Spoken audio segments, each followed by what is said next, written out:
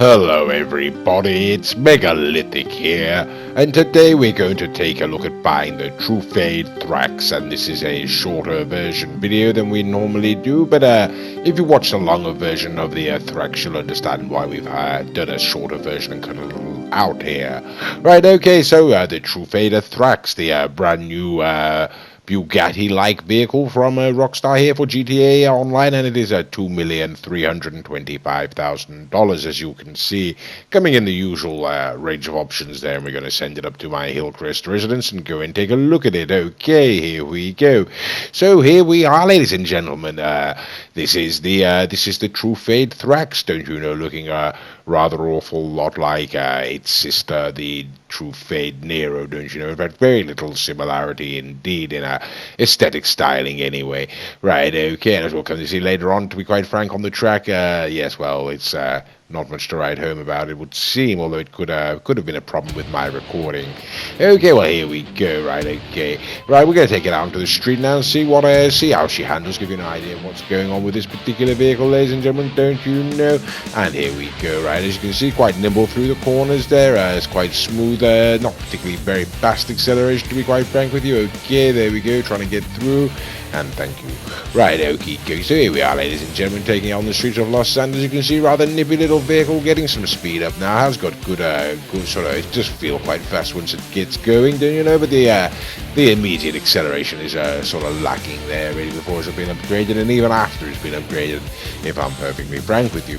Okay, so we're going to take it on down this long straight here now, see what kind of speed we can get up. Okie dokie, there we go. So, like I say, how does this feel? Well, in comparison to the Adder and the Nero, it feels very similar indeed, to be quite frank with you. Not entirely certain. Personally, in my personal opinion, and I am no expert on these things, I should point out, it's not actually quite as good as the Nero, in my opinion. It doesn't feel that way, and it certainly looks that way when we put it around the track later. You'll sort of see that come through.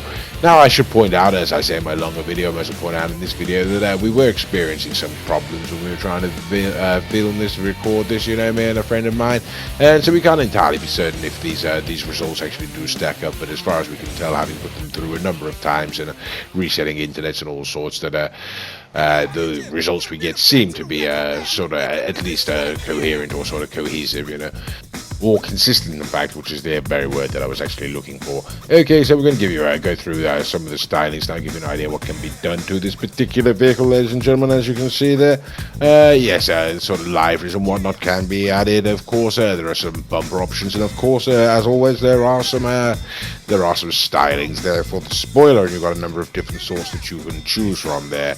Okie dokie. Now, when it comes to the paint, it's rather interesting. This is a two-tone paint vehicle, not dissimilar to the Nero, don't you know, ladies and gentlemen?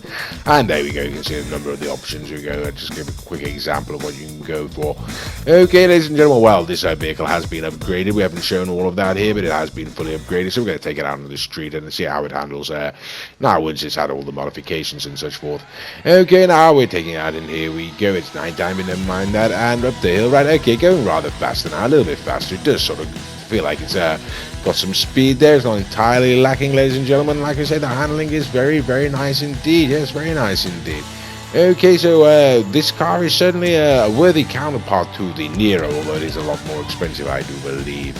Okay then, so we're going to take on down the straight here. Now, like I say, when we were recording, the tester will come up shortly in this video. Like I say, we were experiencing some problems, can't be entirely certain if that's an internet problem, I should say, or a bug perhaps within this latest DLC. Either way, the actual handling of this car around the streets, if you're just using it for that purpose, is very good. As you can see, it's very nimble, very quick, and it's entirely enjoyable to drive. It sort of just stand alongside the other Truffades, the Nero and the Adder. If you like those cars, you'll certainly like this car. It's very much very similar to those particular vehicles. Okie dokie, but we always do like to put some of the vehicles around the track, you know, down at Sandy Shores, and now we're going to put it up against the Zentorno. Like I say, we can't be certain if these are 100% accurate results, but these do seem to be the results we seem to be getting time and time again, no matter how many times we reset our internet and such forth like that. Okay, yes, ladies and gentlemen, that is a $725,000 car, absolutely monstering at $2,325,000. Yeah, so 2,300,000 down the drain if you're going to raise it in something like the Zentorno, which comes in at under $250,000 or around about $250,000, let's be perfectly frank with you.